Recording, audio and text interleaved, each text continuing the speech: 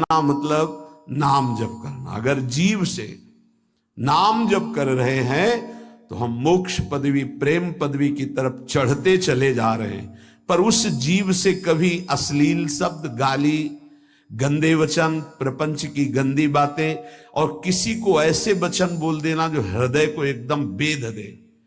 बाण में उतना कष्ट नहीं होता जितना वाणी से बेधने। प्रियजनों के द्वारा कर्कश कठोर वचन बोल दे। प्रियजन इसलिए कि जो बाहरी है तो उस पर विचार होता है कि कोई, लेकिन प्रियजनों के द्वारा जब कठोर वचन बोले जाते हैं तो हृदय में बड़ी व्यथा होती। वाणी बहुत संभाल के, अगर कर्कश वचन बोलते हैं, झूठ बोलते हैं, पापाचरण की बातें करते हैं तो फिर नाम परम पवित्र है, वो आपकी वाणी में टिकेगा नहीं, देख लेना। और कह रहे हैं यदि किसी महाभागवत को ऐसे कठोर शब्दों से बोल दिया जाए तो उसे वध के समान पाप लगता है। जैसे किसी की हत्या कर दे तो ऐसे वाणी से वध के समान पाप लगता है। कल एक उपासक आए थे, रो रहे थे, कह रहे थे कि हमें वैष्णव अपराध के द्वारा सब सर्वस्व नष्ट हो गया, बचा लीजिए। क्या हुआ? उनका पहले हमारी प्रबल श्रद्धा हुई तो सब कुछ छोड़ करके हम भजन में लगे, बहुत आनंद, अश्रु प्रवाह सब होता था।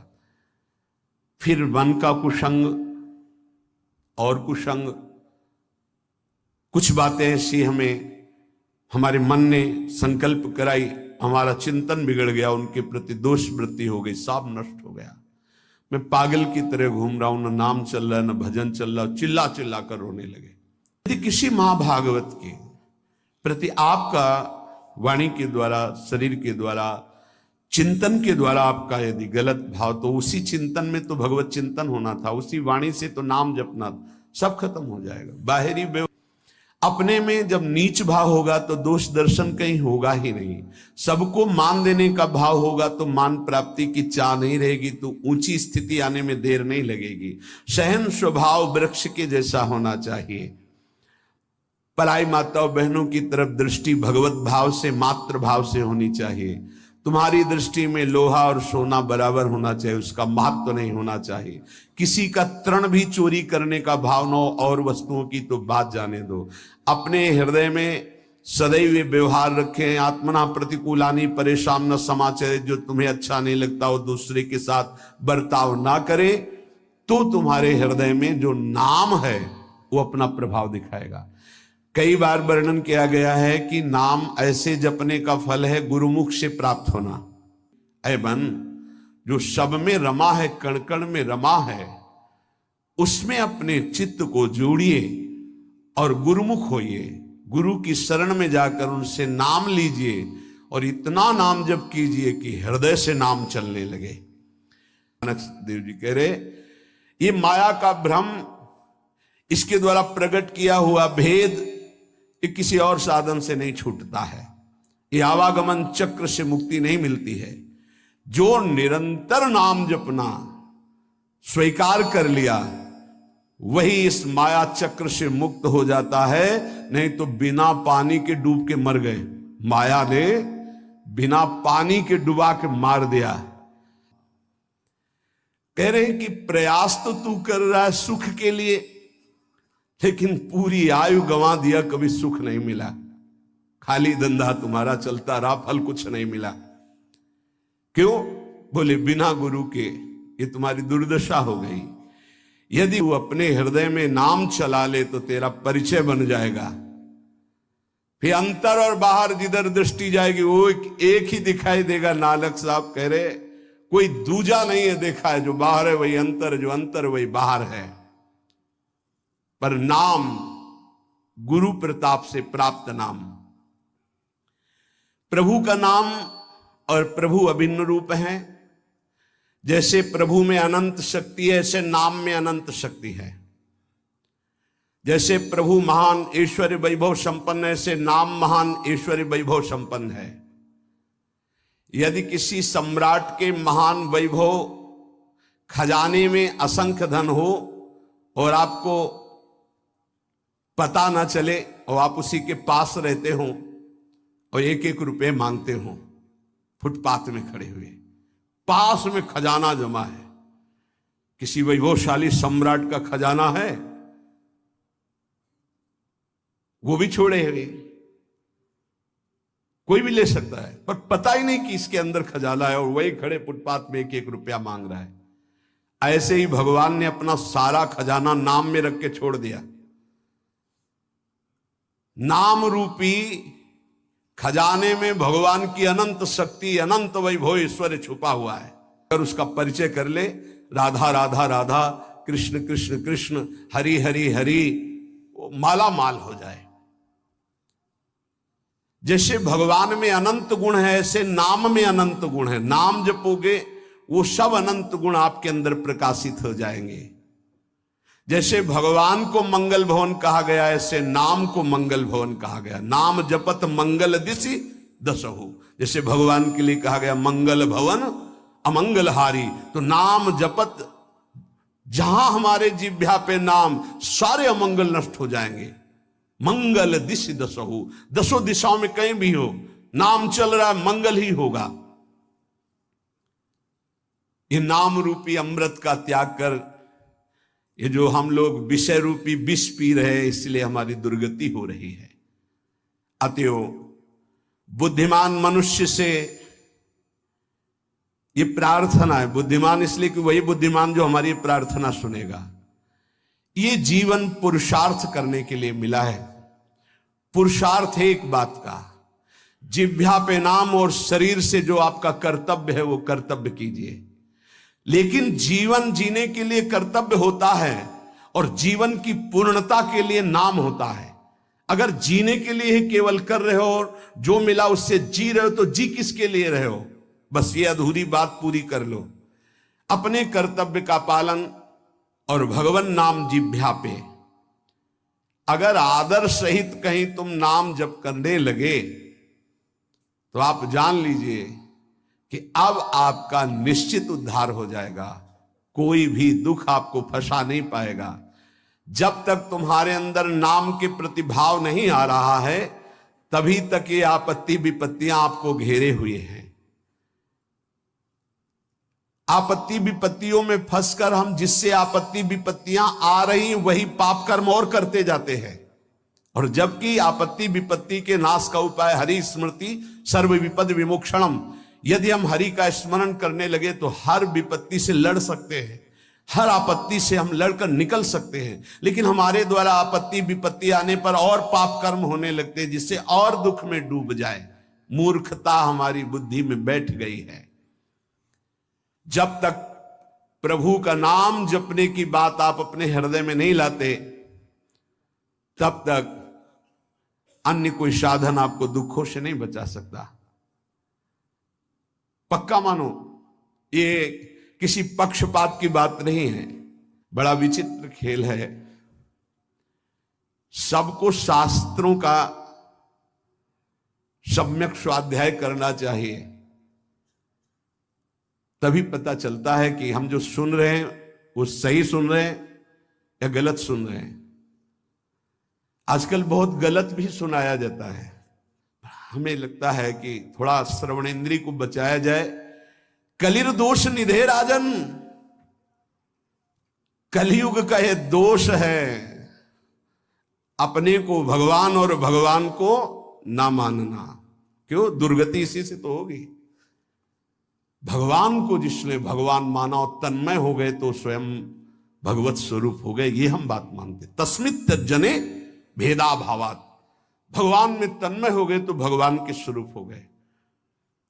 भगवान से अलग आप लोगों को शायद इस बात का पता ना हो, 2 प्रकार से भगवान का भजन होता है, एक निराकार, एक साकार। सगुण साकार, निर्गुण निराकार मानते हैं। वही निरंजन मायातीत है, वही त्रिगुण माया को रचता है, और वही योग माया के द्वारा प्रकृति को अधीन करके अपने रूप को प्रकाशित करता है। बहुत कुछ लोग बहुत बाक चापल्यता कि फिर तुम नारायण को मानते हो, हरि को मानते हो। मान लो ब्रह्मा के पिता भगवान विष्णु, तो विष्णु के पिता कौन है? बताओ आप, विष्णु के पिता को। मूल का कोई मूल होता है क्या? श्री कृष्ण चंद्र जी गीता में कह ऊर्ध्व मूलो मधा शाखा, समझ में नहीं आ रहा? मूल का कोई मूल होता है? कुसंग से बचिए। ये जैसे सत्संग का प्रभाव होता है, ऐसे कुसंग का प्रभाव होता है। ए भाई, हर कण में भगवान है। आप जब भगवत भावना करते हो तो आप जहां से भावना करते हो वहीं से भगवान आपको अनुभव करा देंगे। आज आप पत्नी की भावना करते हो तो मेरे प्राणनाथ पत्नी के रूप में है। जब वो अंदर से चले जाएंगे तो आप पत्नी के शरीर को 24 घंटे नहीं रख सकते अपने पास, क्योंकि मेरे प्राणनाथ अंतर ध्यान हो गए। वही हैं, कण कण में हैं। बस हमें लगता है कि सत्संग की आड़ में कुसंग जो होता है उससे बचना चाहिए। श्री सुखदेव जी से बड़ा कोई ज्ञानी है जिन्होंने बरहा पीडम नटवर बपुः कर्णयो कर्णिकारम बिभ्रदवासा कनक कपिशम वैजयंतीम च मालाम रंधान मेणु रधर सुधया पूरयन गोप वृंदे, जो ये शोभा सुन करके 18,000 श्लोक, जो अपने ब्रह्म स्वरूप पिता भगवान व्यासदेव के पुकारने पर पीछे नहीं मुड़े और श्लोक सुनने पर उन्हीं के चरणों में बैठकर 18,000 श्लोक सुने, वो श्री कृष्ण क्या है? आद्य गुरु भगवान शंकराचार्य जी के ध्यान का विषय गोप मंडली में विराजमान श्री कृष्ण। आप देखो उनके स्तोत्र पढ़कर। अरे वो जब राजा के यहां शरीर में प्रवेश करके और ये अनुभव करना चाहते थे काम सुख का कि कौन श्रेष्ठ है, जब प्रयाग में प्रश्न हुआ था, तब मोह मुदगल स्तोत्र की पहले रचना कीर्तन नाम जप अगर नहीं है तो बुद्धि को शुद्ध करना। कौन ऐसा है जो पर ब्रह्म परमात्म तत्व भगवान श्री राम श्री कृष्ण भगवान श्री शिव को नहीं जानता है? कौन ऐसा ज्ञानी आज तक हुआ? हमें तो ऐसा नहीं मिली। तदात्म भाव से ज्ञान में जो ये कहा जाता है मैं ही ब्रह्म हूं, ये भी भक्ति है। स्वरूपानुसंधान, तदात्म भाव, एक ही भाव, प्रभु में तन्मय भाव होकर के एक ही भाव से वो परम पद को प्राप्त होते। कोई निषेध नहीं है, सिद्धांत ये। बूंद कभी समुद्र नहीं बन सकती, पर समुद्र में गिर जाए तो समुद्र हो जाएगी, पक्का। आज तक कोई महात्मा सूर्य बन के दूसरा चमका हो तो हमें बताना। एक प्रकृति की रचना के नियम का कोई परिवर्तन नहीं कर सकता। तरंग लय हो गई समुद्र में, वो समुद्र ही है, इसमें कोई संशय नहीं। पर तरंग समुद्र की रचना कर दे, ऐसी आज तक कहीं कोई बात नहीं सुनी गई।